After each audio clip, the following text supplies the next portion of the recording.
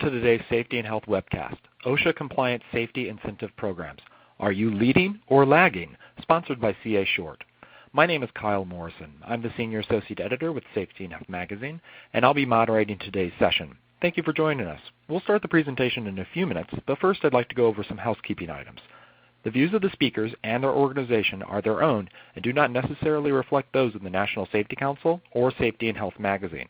Mention of any commercial enterprise, product, or publication does not mean the Council or the magazine endorse them. At the end of today's webcast, we'll have a question and answer session.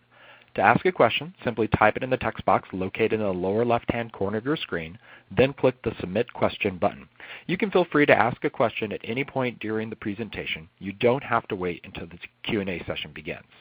We'll try to answer as many questions as possible, but due to the large number of participants today, not all the questions may be answered. However, all unanswered questions will be forwarded on to today's speakers. For basic troubleshooting information, please click the Help button located on your screen. At the end of the webcast, you'll be asked to complete an evaluation survey, and I'll talk a little bit more about that after the presentation concludes. This webcast will be archived for 3 months, so after today's live presentation, you can go back and view it. Within about a day, just simply use the exact same URL to access the webcast that you used to access the webcast today. With that, I think we're ready to begin. We have 2 speakers with us today. Jim Barr is Vice President of Sales for CA Short, and Lori Irvin is CA Short's Strategic Recognition Analyst. Jim and Lori have decades of combined experience in the employee recognition industry and work with some of the nation's largest organizations on implementing employee recognition programs. Jim? Yes, thank you, Kyle, and welcome everyone for participating in this webinar. During this presentation, we'll be asking a few questions. First of all, are your safety incentive programs OSHA compliant? Are you leading or lagging? Also, are your employees fully engaged in your total EH&S processes? Does your facility have an effective safety culture? One way to improve the effectiveness of your safety process is to change the way you measure it. Measurement is an important part of any management process and forms the basis for continuous improvement. Measuring safety performance is no different. If you don't measure it, you can't improve it. What you want is to measure both the bottom line results of safety as well as how well you're doing at preventing accidents, injuries, and incidents. For the next few minutes, we'll explore how to properly structure your safety incentive program with the emphasis on behavior-based, proactive approach to accident prevention. The goal is to provide some guidance in creating an engaged employee safety culture within your workplace. First of all, just a brief history of safety incentives. When the industry became more aware of workplace injury statistics back as far as the early 60s, the idea of providing incentives to reduce accidents was introduced. Then traditionally, for the next 30 to 40 years, safety was measured by analyzing what is not safety. For example, injury statistics occurring at each plant site. Some of the most common types of milestone incentives utilized lagging indicators. They measured work hours, days, years without an LTA or OSHA recordable. Others measured injury performance as in injury frequency and severity, first aid injury rate, and workers' compensation costs. This measurement system uses historic data, trailing or lagging indicators, leading to after-the-fact solutions. They exclude any preventive or predictive criteria that were proactive and behavior-based, utilizing leading indicator activity.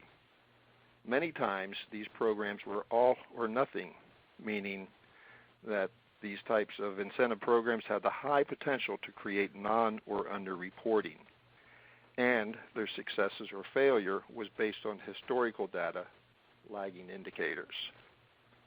So what exactly are lagging indicators? Let's define them for a second here.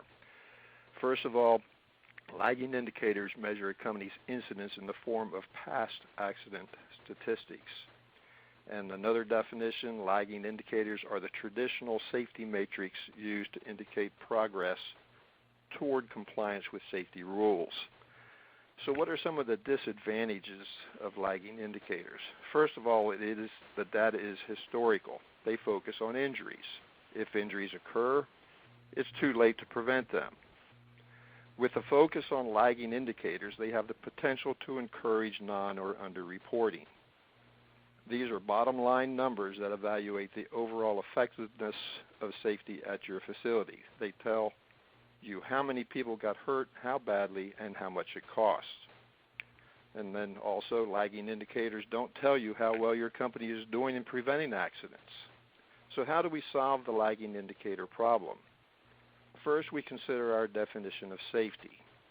Traditionally, safety has been thought of as the avoidance of incidents, accidents, and injuries. We need to see the flip side and recognize that safety is the state of being safe. It's more about behavior than an outcome. I like the example that I read from an article called OSHA Crackdown Makes Leading Indicator Matrix a Necessity by Glenn Demby. This was first published on Safety Smart Compliance in April of 2012.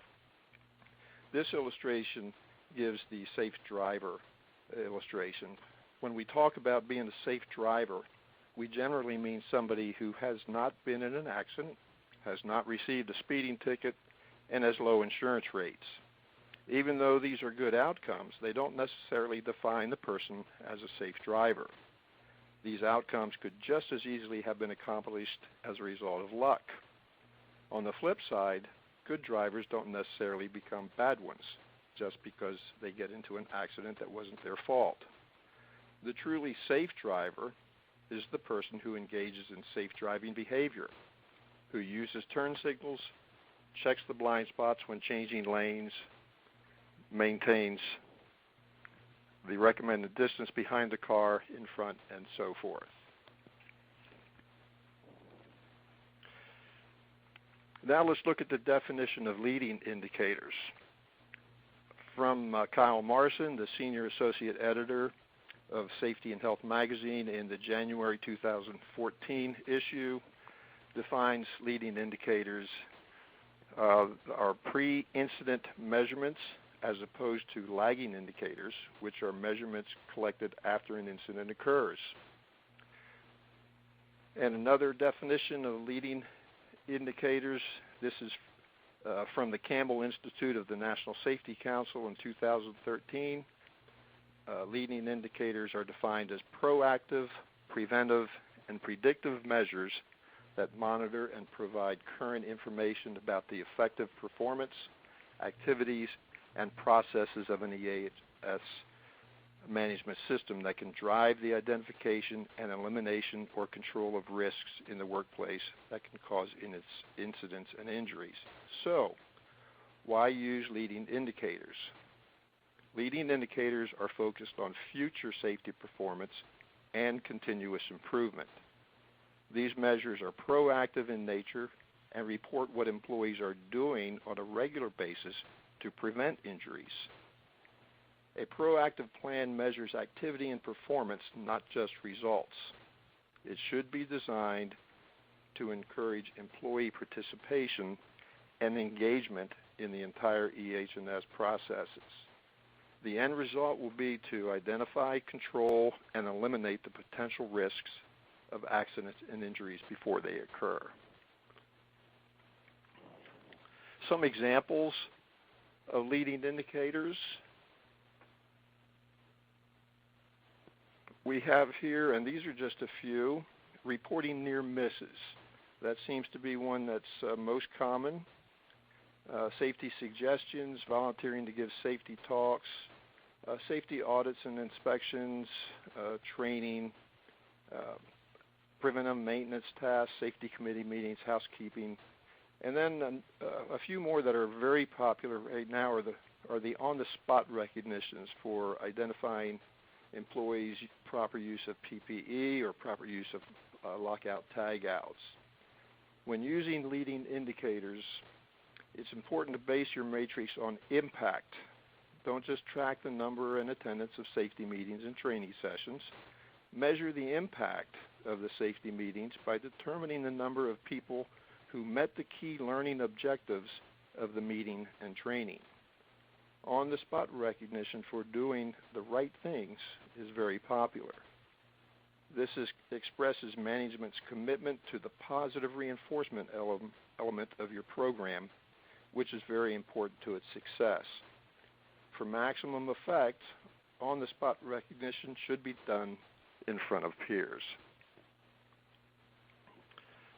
Here's a few things that leading indicators should do, and this is some best practices for using leading indicators. Aubrey Daniels is a well-known author and speaker. He's also known as the father of performance management. He says that companies dedicated to safety excellence are shifting their focus to using leading indicators to drive continuous improvement. Lagging indicators measure failure. Leading indicators measure performance, and that's what we're after. These criteria will help you track leading indicators that will impact your lagging indicators. And he lists a few there. What they should do is allow you to see improvements in performance so you can measure them. Measure the positive, what people are doing versus failing to do. Enable frequent feedback, be credible, predictive, be constructive, be clear in what needs to be done, and then track the impact versus intention. How Caterpillar used leading indicators to create world-class safety by successfully transitioning to a culture that utilizes leading indicators for safety. They utilized a safety strategic improvement process that emphasized leading indicators of safety. When they did that, they saw an 85% reduction of injuries and $450 million in direct and indirect cost savings. The critical elements of this strategic improvement process included, and I have them listed there, enterprise-wide statement of safety culture, a very popular buzzword in the safety arena. Top-down leadership of and engagement with the process, another key word. The roles and responsibilities of everybody need to be clearly defined. There has to be a clear and defined accountability. The program must be consistent in its methods and consistent criteria. And then finally, they say recognition for positive behavior and performance.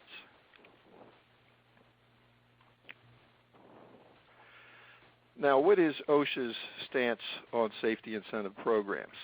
First of all, let's go back to the mid-90s when OSHA expressed concern that certain incentive programs had the potential to encourage workers to hide injuries from management. As a result of that statement, many safety professionals mistakenly interpreted this concern to mean that OSHA opposed all incentives. Those certain incentive programs were most certainly the all-or-nothing type milestone award programs recognizing only lagging indicators measuring historical data. In these statements, Dr. Michaels, who is the Assistant Secretary of Labor for OSHA,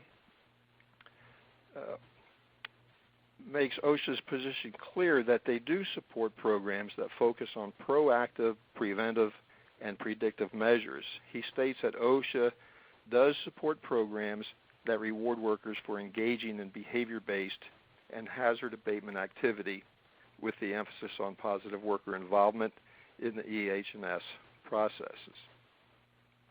He also states that by working cooperatively with the VPP partners, they can demonstrate that good incentive programs, which again emphasize positive worker involvement in safety and health activities and conscientious hazard reporting and correction, can be one element in an effective injury and illness prevention program. Additionally, Dr. Michaels states that OSHA recognizes that incentive programs can be a useful means for improving safety if they incentivize workers to identify hazards, participate in training, or participate in investigating near misses. Davis Lane, who is formerly the VP PPA's executive director, is now a senior advisor, and he concurs with OSHA's position by stating that good incentive programs feature positive reinforcement for demonstrating safe work practices and taking active measures in hazard recognition, analysis, and prevention.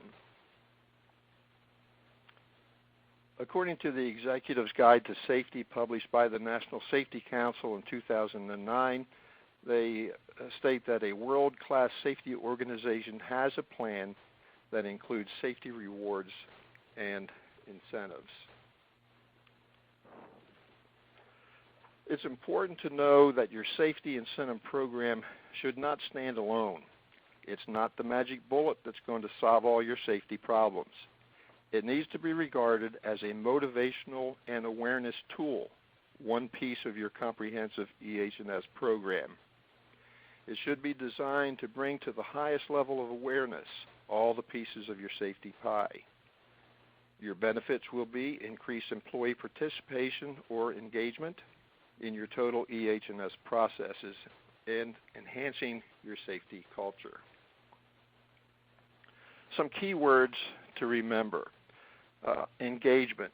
Get all the employees engaged or involved or participating in your total EH&S processes. When that occurs, then you will create and maintain a safety culture in your workplace. So by implementing a properly structured safety incentive program with the emphasis on the proactive approach to accident prevention, you will send a credible message creating an engaged employee safety culture within your workplace. In 2013, Gallup did a study on companies that had an engagement culture. Here are some of the benefits companies in the top 25% of employee engagement realized compared to companies in the bottom 25%. So you can see these statistics are pretty impressive for those that do have a high level of employee engagement. 21% higher productivity, 22% higher profitability, 41% higher quality, 48% fewer safety incidents, and 37% reduced absenteeism. Lori is going to talk a little bit more about employee engagement. Lori? Thank you, Jim. For many years, companies have struggled with employee engagement. What is it? How do I achieve it? So let's look at the best question. Why employee engagement? In a Molson Coors study, it was found that engaged employees were 5 times less likely than non-engaged employees to have a safety incident and 7 times less likely to have a lost time incident.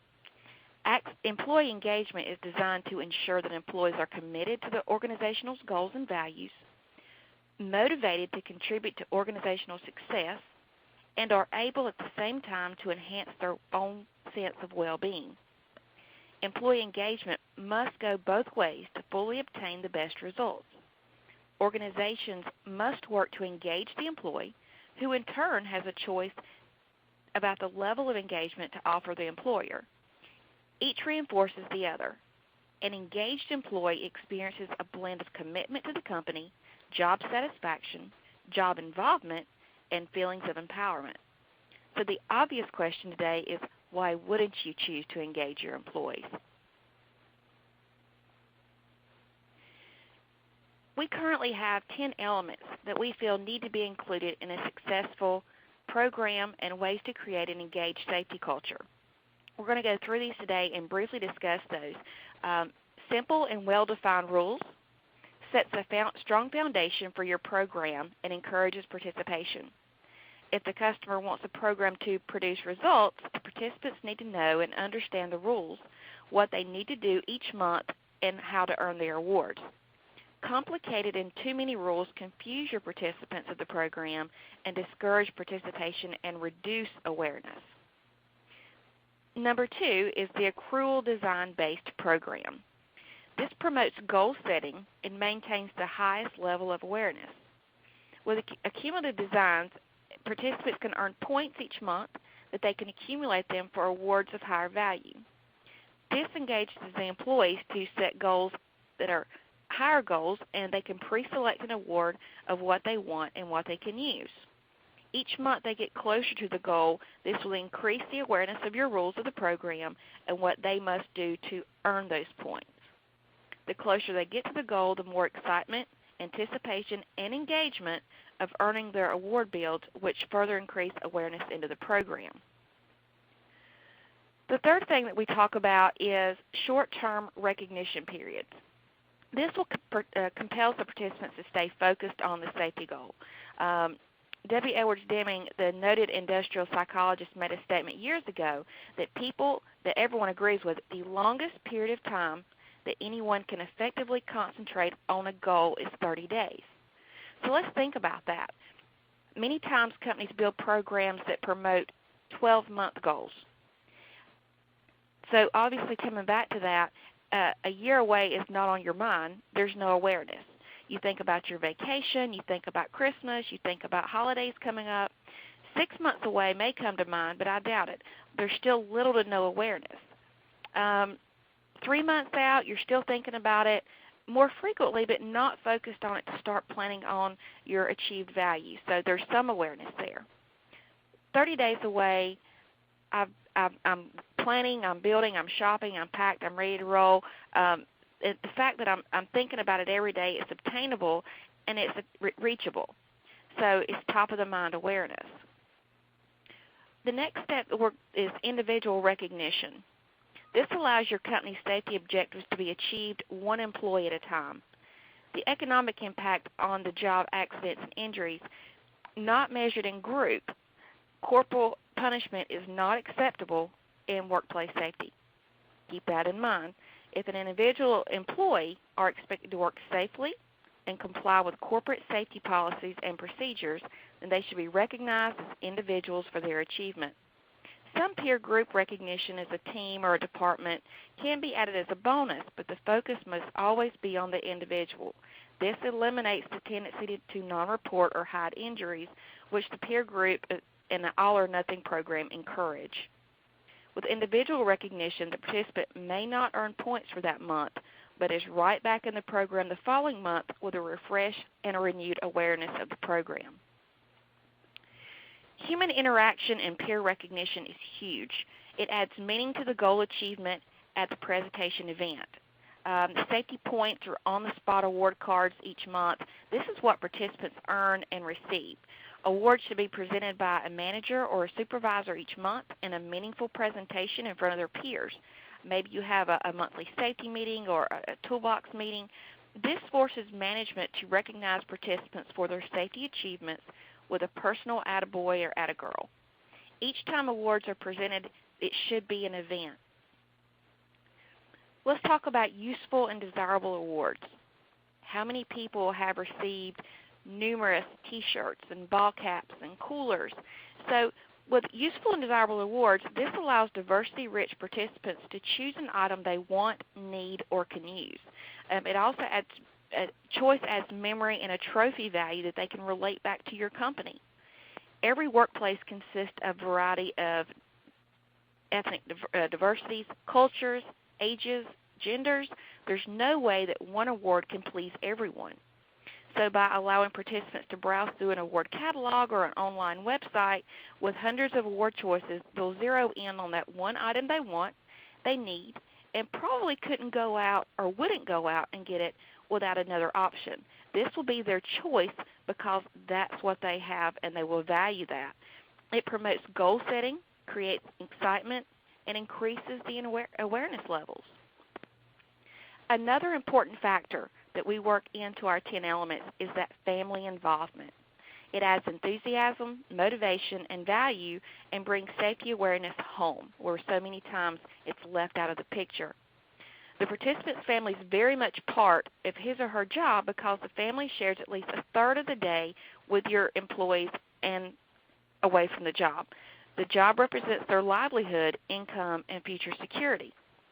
Family involvement in the program not only includes selecting awards, but it also brings home the company's message of importance of working safe and engaging in the safety activities. next step we're going to look at is immediate gratification. That connects the achievement to the award. As close to the end of the month as possible, awards should be presented. This connects the achievement to the award. I've accomplished my company's goals for the month, and within a few days, I'm going to get recognized with my award. Imagine your birthday is on the 31st of the month, and you get your cake, and the presents are on the 23rd of the next month. You lose that engagement, so that immediate gratification. Next is positive reinforcement and continuous communication. This strengthens the safety message and emphasis of the importance of awareness, and it maintains that high visibility that you're looking for. Participants respond positively and to positive reinforcement. Many times you hear safety professionals say, we pay our employees to work safe. We fire unsafe workers. It's their job to work safely. This sends a very negative message to the workers. Everything about a program should be positive, focusing on the successes and the failures. The program should be highly visible by promoting it in newsletters, bulletin boards, flyers, etc., and always focus on those positive reinforcements. That rolls straight into the management support as well. It promotes the program awareness from the top level and encourages employees' engagement and awareness. It's a fact that when top management endorses and promotes a safety program, workers are more apt to buy into it and participate. Top management at the site, whether it's at the president or CEO level, plant managers, etc., should always communicate the importance of the safety program and support of the program. So keep that in mind when you're working on building a program, that you try to include the 10 elements, and I can assure you will see a more engaged safety culture. Our next step is to look at a sample program. A sample program that we're looking at currently is a points-based system. It focuses on the monthly individual safety, proper use of PPE, that's a positive work behavior, attending monthly safety meetings, reporting confirmed near miss. People are now rewarding for that. It can save companies thousands of dollars to find out about those near misses before they happen. Complete safety audits. And then, of course, there's still the no OSHA recordable. If you notice, it's on the lower level of that spectrum. You can still work in quarterly individual safety, primary focus being on your monthly individual safety, and on the spot is very key. If you're caught on the job going above and beyond to prevent an accident or any superior behavior, you will be awarded with an on-the-spot recognition card. Non-reporting has always been a concern when building and implementing a safety incentive program. The first step is to address non-reporting in the beginning. By focusing on short-term goals and individual recognition, you take a very high-pressure equation out of your program. When you have long-term goals, there is always a way, fear of the non-reporting will be there. The fear of having to be the one person that has to come forward and say he or she is the one who's ruined it for everyone else. That peer pressure is not present when you work on an individual and a smaller group related recognition and also included in shorter recognition periods. By holding each person responsible for his or her own actions, by shortening group goals to a quarterly basis, there's always a chance for redemption. And, of course, we always encourage that you try to work the 10 elements of recognition into any program that you have if you choose to work with CA Short Company or any other safety recognition company within the marketplace. CA Short Company offers a wide variety of complete safety incentive and recognition programs. From state-of-the-art points-based systems to a milestone program, CA Short can assist you in analysis and goal setting, safety culture reviews, best practices and OSHA concerns, industry-specific recommendations, budget recommendations, on-site consultations, ongoing support, and quarterly program reviews. A key point to remember through everything we've discussed today is that OSHA is not truly against safety incentive programs. OSHA objects to programs that discourage workers from reporting accidents or injuries. But by building a proactive safety incentive program focusing on leading indicators and creating a safety culture, you are on the path of success.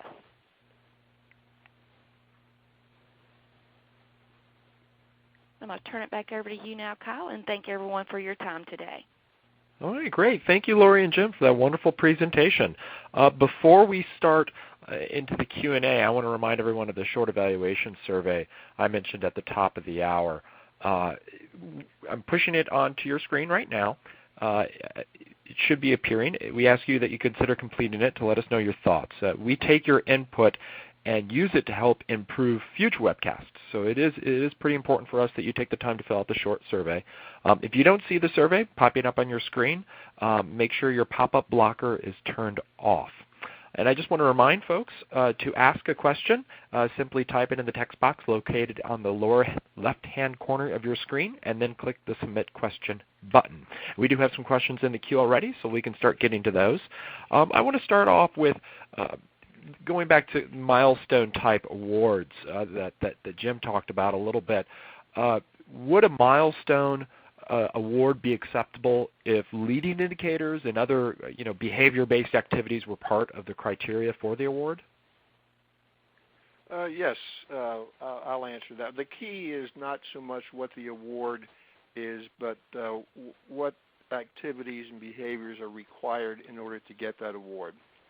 So in this case, a milestone-type award. Milestones could be quarterly awards or semi-annual or even annual awards.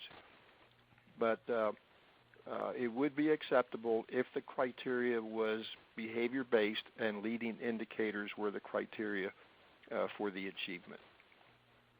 So, for example, could it be the 100th near-miss report filed? Could that be an example of a positive milestone award? Well, in that case, that's almost like a lottery-type program, and the lottery-type programs are not the best practice.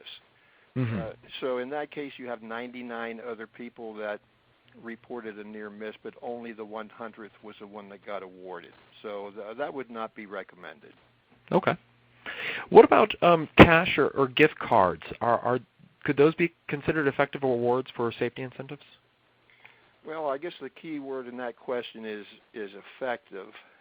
Certainly, any company that provides any kind of an award for safety achievement is a good thing. However, cash or gift cards, which is a cash equivalent, are not the most effective. The reason for that is, and there's been a lot of studies done on that and a lot of independent studies done on the effectiveness of cash or cash equivalent type of awards versus tangible awards.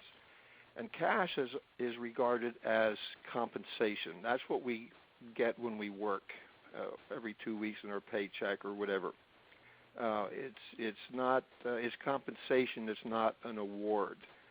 Cash is typically spent on insignificant things or on bills. It has no memory value, has no trophy value. Same thing with gift cards. Many times gift cards are never redeemed or only partially redeemed, so the company's not getting the full effect of their budget dollars in gift cards.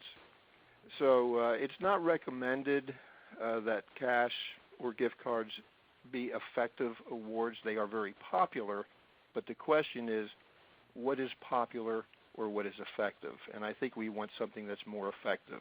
Tangible awards are useful, functional. Choice equals value. They have memory value and trophy value. Great. Thank you, Jim. Lori, I have a question for you. You talked a little bit about the sample program.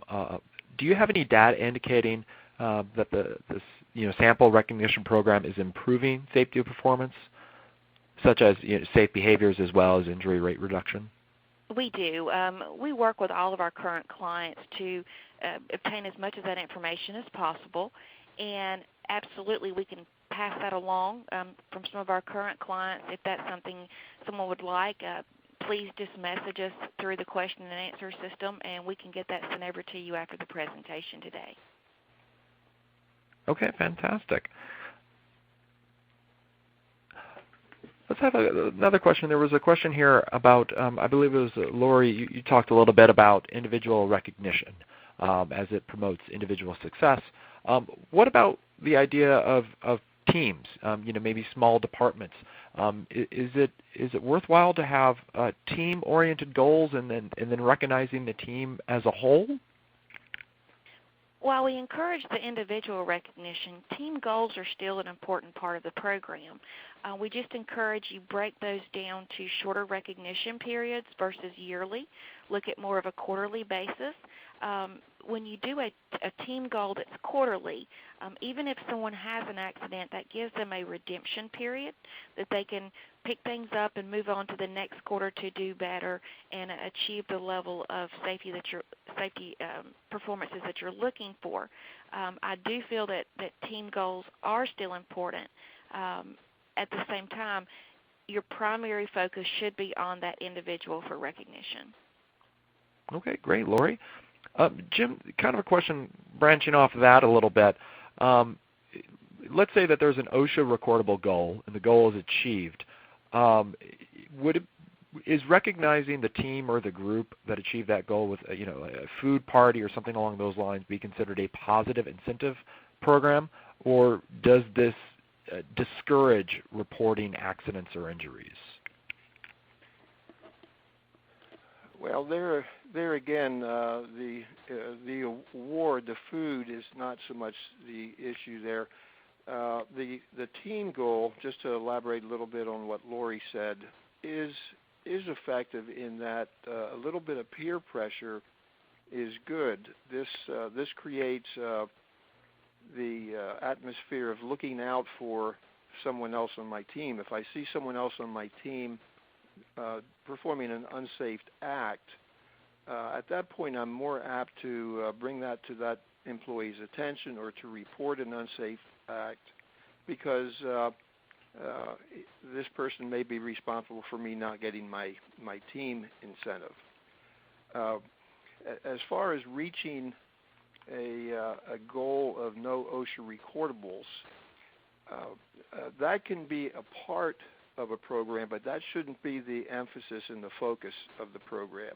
That can be maybe a bonus at the end of the year if all the other matrix, all the other criteria has been reached, but it should never be the absolute goal and the focus of the program. That would encourage the non-reporting. And food-type parties, sure, that's a positive incentive.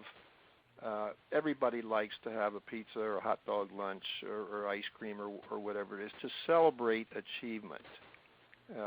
Those are always positive, sure. Lori, do you have some other examples of some good monthly awards to be given out for achievements? Sure, and it really falls back to the base of the program that you're building. Many companies look to the electronic platform, which is a points-based system, because you can reward points monthly, and that allows the employees to go online or via a printed catalog to choose an item that they personally would want. You also have ways to do milestone awards. If it's a monthly or quarterly basis, an individual catalog falls into place that they can choose their own award. So there are multiple ways and things that you can give out for monthly rewards, keeping the target on a tangible item that links that recognition back to your company. If they save their points and they're working for a particular item and they earn that new television, when they take that television home, you get a sense of family involvement because the family recognizes immediately that was earned for safety on the job. It also links that back to the company. If they see it in their home, they appreciate that item, and they do link that recognition back to your company versus, an item that once, and I'll use food for an example, you have the pizza party or whatever it may be. once you have that pizza party, they've eaten, and then that recognition is gone. But if you can use a tangible item that truly links the recognition back to your facility, I think you will see better results. So the points, they're in some regard they can be used or seen as kind of like fun money that or something, or monopoly money or what have you, that employees could build up to get whatever award that they're gunning for then, correct? Yes, it is an accumulative-based program, which means you have a set criteria, as I showed earlier, that allows you to earn points each month, and also for quarterly goals and yearly goals, that they can accumulate and work towards an item of their choice. So it's a great way to motivate their employees. As the employees choose an item which becomes their goal, and they're working towards that goal, they're performing, their performance levels raise, obviously. You have them performing the proper actions you want to see in the workplace each month. And while they're obtaining their goals, you're also obtaining your business company goals and values. Now the award item, should it or could it have, a company logo or some sort of safety message on it? Is that recommended, or does that matter? Jim, I'm going to defer that one to you real quick. Well, again, any type of an award for safety achievement for reaching the proactive goals is a good thing. So you can hardly say anything negative about any type of awards. There are some companies that their company culture requires that awards be logoed with the company logo or a safety message on it. Many times that would be the apparel type awards, the hats, the jackets, the shirts, and so forth, with the safety message on it. That's part of continuous communication, communicating the safety message, the safety goals, the safety achievements to everyone. So it really doesn't matter. That can always be a part of another awards program where employees can choose logoed type merchandise as a choice. Okay, great. Now, when companies are considering putting together an incentive program, is there a recommended budget per employee for incentives for every year or every quarter? That's a good question. That's a wide open question. It really depends on the issues, the experience that a company is experiencing right now as far as their losses are concerned. Certainly, if they have serious safety issues, they would want to increase their budget.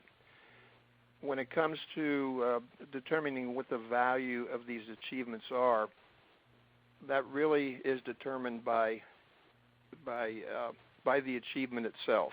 In other words, the company has to place a value on reporting near misses. That value has to be determined by the company itself. As far as the end-of-year bonuses for safety achievement, many times that's determined by how much maybe they saved from losses the year before. They would share that with the employees in their safety recognition program. For a program to be effective, it does have to have some value to it. Otherwise, employees are not going to buy into it. I want to go right off that comment, Jim, into a question that someone submitted. They suggest that the current OSHA direction is from a compliance-driven perspective, with companies responding in kind. How can you get stakeholder buy-in for employee recognition given OSHA's direction? Okay, when we're talking about OSHA's direction, we're talking about using the leading indicator in the proactivity as award criteria. Is that what we're referring to there? Well, it's OSHA is coming from a compliance-driven perspective. So I guess the question is regarding getting a stakeholder buy-in recognition, given OSHA's perspective of things having to be compliance related? Okay. I think I understand. Let me answer it this way. As far as OSHA's compliance is concerned and how it relates to safety incentive programs, OSHA's main concern there is that the incentive program doesn't have any elements to it that would in any way encourage non-reporting. So that's why their emphasis in the statements that Dr. Michaels makes is that they can be an effective means of safety improvement if the emphasis is on the leading indicators and the proactivity. That's where OSHA's, as far as a compliant safety incentive program comes in, it has to be leading indicators, has to be proactivity, has to be behavior-based, not just lagging indicators or awarding at the end for not having a safety incident or accident or injury. Okay, great. Here's another question regarding monthly incentive point-based programs. What kind of time resources should be involved with this? For example, should there be someone in charge of tracking performance actions for each employee? I'll take that one. That's one of the great things about a points-based system. For example, with our program, you receive a management dashboard that allows you to go in electronically and maintain this data. We have found on average most of our companies with proactive behaviors are look at approximately an hour per month for data input or changes, etc. We work through an electronic platform that eliminates a lot of the time, and we give a way that we can work by exception, an exception-based program, which means if you've got 500 employees and 497 come to your safety training class, our system would only need to know those 3 who do not attend, thus eliminating a lot of the time that's spent on administration. With this system in place, it automatically calculates points and when they're due, and it issues them out on an automated basis. So obviously there is some administrative time with a short-term monthly incentive points-based program. Primarily you have one administrator, or you can have multiple administrators with our platform. It would allow a shift manager or departmental manager to have access. So we have what we call multi-tiered user administration. So there's a lot of benefits to the electronic platform. Yeah, along those lines, there was another question that had concerns, about, supervisors or administrators. They're busy, they have a lot going on. What about employees self-reporting their own positive safety efforts? Can employees, fill out a form or say, I use my proper PPE today, so I should be awarded 200 points. Is that an effective way to go about it? That is always an option. We have many customers who use a scorecard process, which basically each employee receives a scorecard at the first of each month. They fill in the month's activities that they've performed, and they're turned into a supervisor who then processes those into our system. So a scorecard method could be an individual way that they keep up with their own behaviors. Okay. I have another question for you, kind of along the same lines that we're talking about. There are some concerns with companies that may have multiple shifts in which, the first shift tends to get the most observers since management and office staff are on site at that time. Some of the other shifts may not have as many observers, and they may not have as many points going out to those workers. How would you recommend ensuring equivalent points are being distributed on all shifts? I push that back to our management support. They have to have that buy-in not only from the CEO and president level and plant manager level, but down to the individual shift supervisors. That's key in any type program because just because they're on night shift, maybe you don't have as many people there, but the people who are there need to be trained properly to ensure that everyone's being recognized at the same level. Okay, great. Now, we had going back to the point system a little bit. There was one individual who raised a concern, which is, why should a company spend $75 to go to points that only converts into, say, $50 worth of value? Why not instead put $75 straight into the employee's pocket? That's a great question, and we address this so many times. Obviously, the number one concern is cash can quickly become an entitlement where it comes to safety recognition. You also want to look at the fact that, and without looking at all the companies out there, most all companies are pretty close to fair market value on items. At the same time, you're not only receiving, and I'll use our programs for example, you're not only just receiving an item, you're also using the management system. You've got shipping costs. You have reduced administrative work on your side that by having a platform, you're not having to maintain multiple spreadsheets and things of that nature. So there's many benefits to moving to a points-based system, and I think many times a lot of companies look as though they're buying an item, not an overall program. And what you need to achieve is that complete program structure and not just a single item that you're looking to purchase. So there's really a difference there when you're using a points-based system. You are looking at an overall program versus an item. Okay, great. Thank you.